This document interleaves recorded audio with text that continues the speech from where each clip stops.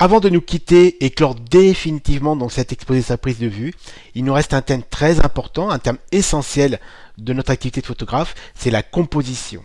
Réaliser une belle composition, c'est le poste le plus important dans la prise de vue. Il est essentiel. C'est à travers cette composition que vous allez valoriser ou pas votre sujet. Dans sa démarche de prise de vue, le photographe va appliquer un process logique. Il va devoir définir sa profondeur de champ, il va devoir définir ses paramètres techniques pour gérer sa lumière. Par contre, le poste numéro 1, le plus important, c'est de définir sa composition, définir le cadrage, donc le cadrage le plus adapté, celui qui va valoriser son sujet. Et c'est quand justement le cadrage et la composition est validé, le photographe va faire toute sa démarche donc de choix de profondeur de champ, choix d'ouverture, choix de vitesse, etc. Donc la composition, le cadrage, définir sa composition reste le poste le plus important dans la prise de vue. Malgré que la photographie soit une activité artistique, elle a des règles et la composition possède aussi ses propres règles de composition. On appelle ça la règle des tiers. La règle des tiers consiste à tracer 2 lignes verticales et 2 lignes horizontales pour séparer l'image en 9 parties de même taille. On obtient ainsi sur la partie horizontale donc une séparation entière et sur la partie verticale aussi. Ces lignes tracées verticales et horizontales, on appelle ça les lignes de force, et l'intersection de ces lignes, on appelle ça les points forts. Donc ce sont les points forts de votre composition. Il existe donc très logiquement 4 points forts, puisque 4 intersections. La règle des tiers, c'est faire en sorte que le sujet principal de votre composition soit situé aux environs de ces intersections, donc aux environs de ces points forts. Cette règle des tiers a été étudiée et mise en place par les grands noms de la peinture du XVe et du XVIe siècle. Ils se sont aperçus à l'époque que l'esprit humain était très sensible à ce genre de composition. Donc ils faisaient en sorte que soit le personnage principal de leur composition ou une source de lumière soit toujours situé au niveau des points de force ou là au niveau des lignes de force et que ça apportait une vraie dynamique à la composition. Et personnellement, en tant que photographe, j'essaie d'appliquer la règle des tiers quasiment au quotidien puisque je sais que ça fonctionne, ça apporte une vraie dynamique, ça valorise vraiment les sujets. Par contre, attention, faut pas se mettre la pression non plus, faut pas vouloir à tout prix appliquer ces règles-là. C'est-à-dire, c'est une règle de base, c'est bien de la connaître, mais si vous avez envie de faire autre chose et ne surtout pas l'appliquer, si vous avez envie de mettre votre sujet à droite, à gauche, au milieu, peu importe, le principal c'est quand même d'avoir une belle photographie et que ça fonctionne. Pour illustrer cette règle des tiers, je vais vous proposer une série de photographies que j'ai réalisées en prenant en compte donc cette fameuse règle des tiers. Mon premier shoot c'est celui-ci, donc un shoot de Paris, avec le sujet principal, la Tour Eiffel, et en léger premier plan, donc l'Arc de Triomphe. Et si on regarde bien, le sujet principal qui est la Tour Eiffel est bien situé sur une ligne de force et elle couvre bien 2 points forts de la photographie. Vous remarquerez aussi que j'ai appliqué la règle des tiers aussi sur la composition générale puisque j'ai mis 1 tiers pour la ville et 2 tiers pour la partie ciel. Je vous propose un autre exemple, cette fois-ci en mode portrait, puisque la règle des tiers s'applique au format paysage, mais s'applique aussi au format portrait. Donc là, on est bien sur le même spot, à peu près la même composition, et là, la Tour Eiffel est toujours située dans une ligne de force, et elle couvre bien 2 points forts de la photographie. Et comme pour le paysage, j'ai composé ma vue générale en attribuant 1 tiers pour la ville et 2 tiers pour le ciel. Là, on a une autre composition puisqu'on a un vrai sujet, on a un premier plan, c'est la statue qui correspond au premier plan de la composition, et en second plan, on a les quais et la Tour Eiffel.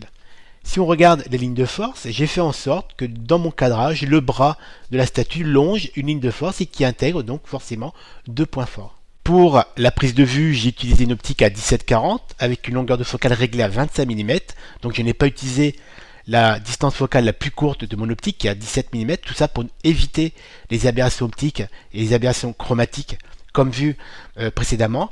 J'ai choisi une ouverture de diaph de 13 et j'ai fait la mise au point sur le visage.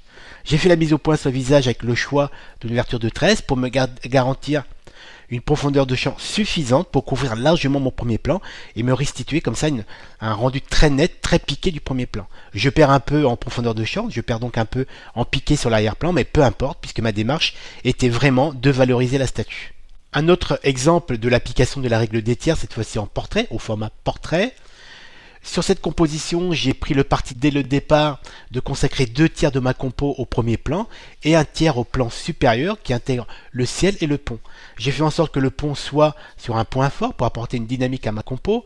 Pour la partie optique, j'ai utilisé un 17-40 avec une distance de focale de 23 mm et une ouverture de diaph de 11. Ma mise au point je l'ai faite sur une zone intermédiaire entre moi et le pont. Donc le fait de faire ma mise au point là, avec cette ouverture de diaph de 11, me garantit une profondeur de champ largement suffisante pour couvrir mon premier plan jusqu'au pont et me garantir ainsi un rendu très net de ma compo. Un autre exemple qui est un peu particulier, puisque dans cette compo, dans cette réalisation, je n'ai pas appliqué à la lettre la règle des tiers. Comme je vous l'ai dit, c'est bien de connaître la règle des tiers, les points forts, mais c'est bien aussi de ne pas les utiliser. Il faut en jouer quand c'est nécessaire. Il faut savoir aussi ne pas respecter quand ça va à l'encontre donc de votre compo. Dans cette compo, on voit tout de suite que la beauté de cette composition elle est très dynamique parce qu'on j'ai joué sur la symétrie totale de la cour. Si j'applique la règle des tiers, on voit bien que le sujet principal, la statue et le socle ne sont pas situés ni sur la ligne de force de droite, ni sur la ligne de force de gauche. Les points forts, je les ai utilisés pour calibrer uniquement les angles de mes bâtiments, pour avoir une symétrie parfaite. Et ce que j'ai voulu faire en plus pour accentuer encore cette belle symétrie, pour valoriser cette cour, c'est attendre que le soleil soit assez bien placé pour me projeter une ombre au sol qui soit quasiment alignée avec le bâtiment de gauche. Et on se retrouve avec une très belle dynamique entre les fuyantes des perspectives des bâtiments appuyées par cette ombre au sol qui vient donner une vraie dynamique à cette composition. Pour la partie technique, objectif 17-40, longueur de focale 22, avec une ouverture de diaph de 11 et une mise au point réalisée au niveau du socle de la statue. Et on voit tout de suite que la répartition même avec une ouverture de diaph de 11 me permet d'avoir une profondeur de champ donc avec un tiers avant et 2 tiers arrière qui couvre largement la profondeur de la cour et me garantit quasiment du premier plan jusqu'au fond de la cour un champ de netteté qui couvre largement ma composition. Je vous propose aussi cette composition qui est un peu particulière parce qu'à travers cette compo, j'aimerais échanger avec vous de l'importance de la lumière. La lumière qui est quand même la matière première du photographe. En termes de compo, c'est pas très compliqué. 2 tiers consacrés à la statue et au socle et 1 tiers consacré à la façade de l'entrée de l'université de Salamanque, la partie supérieure. J'ai fait en sorte de bien centrer la statue et j'ai fait la mise au point sur la tête de la statue. Pour la partie prise de vue, objectif 24-105, focale 90, ouverture de diaph 14. Rien de très compliqué. Cette composition, je vous la propose pour une bonne raison, c'est que lors de la prise de vue de cette image, j'étais un peu embêté parce que j'avais une statue qui est très sombre et la façade de l'université était très mal éclairée. Donc, quelle était l'idée? Donc, je me suis dit, je vais attendre. J'ai attendu que le soleil perce sur la droite et qu'il vienne uniquement souligner la partie droite de la statue qui m'a permis donc de décrocher le personnage de la façade d'université et je trouve que ça a donné une belle compo. Donc on n'est pas dans des photos on va dire avec des contrastes très forts, mais le fait de souligner uniquement la statue, le côté de la statue a apporté vraiment ça doit réaliser je trouve une belle image, une belle composition. Donc n'oubliez pas, il y a bien sûr la composition générale de votre prise de vue, la gestion ou pas de la règle des tiers, ça peu importe, mais c'est bien aussi d'accentuer votre composition en jouant avec la lumière, parce que ne l'oublions pas, notre matière première, c'est quand même la lumière. Et là, dans ce cas, j'ai utilisé la lumière pour venir dessiner et décrocher le personnage, donc le sujet principal de ma compo. Je vous propose aussi de découvrir cette composition, qui n'est pas très compliquée à réaliser. On voit tout de suite que la mise au point a été faite sur le Sacré-Cœur. J'ai fait en sorte que le dôme principal du Sacré-Cœur soit sur un point fort de ma composition, que un des tiers bas soit consacré à la ville, avec 2 tiers supérieurs consacrés donc à la partie supérieure de mon visage et le ciel. Bon, pas très compliqué. Pour la partie matérielle, 70-300, focale de 250 mm avec une ouverture de diaph de 11. De toute façon, à cette distance-là, 250 mm, la profondeur du champ elle est quasiment à l'infini, donc il n'y a aucun souci pour ça. Je vous présente cette composition pour un autre sujet que je vais aborder avec vous, c'est l'édition. Le fait d'appliquer aussi ces fameuses règles de tiers permet de décaler le sujet principal soit sur la droite, soit sur la gauche, et votre visuel devient tout de suite exploitable pour l'édition. C'est-à-dire que soit vous êtes amateur et c'est vraiment pas un problème pour vous, soit vous décidez de développer une relation avec de l'éditorial, donc vous faites une démarche éditoriale de vos compositions pour proposer vos visuels à l'édition. Et là, ce qui est très intéressant, c'est toujours de décaler donc votre sujet sur la droite ou sur la gauche, donc d'appliquer tout simplement et bêtement la règle des tiers qui vous permet de dégager une zone, par exemple pour cette compo sur la gauche, pour laisser à l'éditeur la place d'inscrire un article, un titre ou une accroche. Donc c'est très intéressant aussi, non seulement dans la composition, où là il y a la composition totalement artistique, c'est pas mon problème, la règle des tiers peu m'importe, je fais ce que je veux, le principal c'est d'avoir une belle photo, je suis d'accord avec vous, mais si vous voulez développer une relation éditoriale avec des magazines ou des boîtes d'édition, c'est bien aussi de tenir compte de la règle des tiers parce que ça permet de dégager des espaces pour des articles ou des accroches. Donc c'est aussi intéressant de tenir compte de ces paramètres.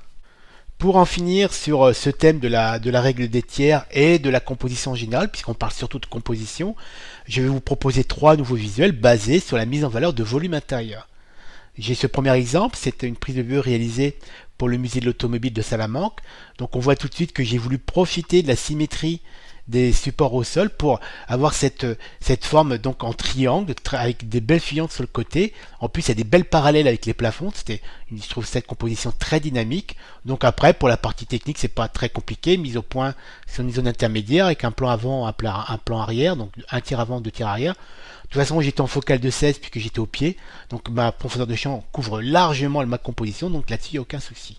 Un autre exemple totalement différent du premier, parce que le premier j'ai joué sur les fuyantes, les perspectives en fuyantes. Là on joue sur la symétrie, donc j'ai fait en sorte que les 2 piliers tombent sur mes points forts, donc sur mes lignes de force pour accentuer cette symétrie. Après pour la partie technique, je shootais au pied, donc focale de 16 avec une profondeur de champ énorme, donc qui couvre largement ma composition. Voilà, à travers ces différents exemples, j'ai voulu vous démontrer l'importance de la composition, l'importance de chercher une vraie dynamique à votre composition, à votre visuel. C'est le poste le plus important, c'est celui qui va vous demander le plus de concentration, de plus de recherche. Arriver sur un spot, chercher avant tout votre cadrage, essayer de définir votre cadrage. Par la suite, les parties techniques viendront tout naturellement, mais la composition reste la phase la plus importante de votre image.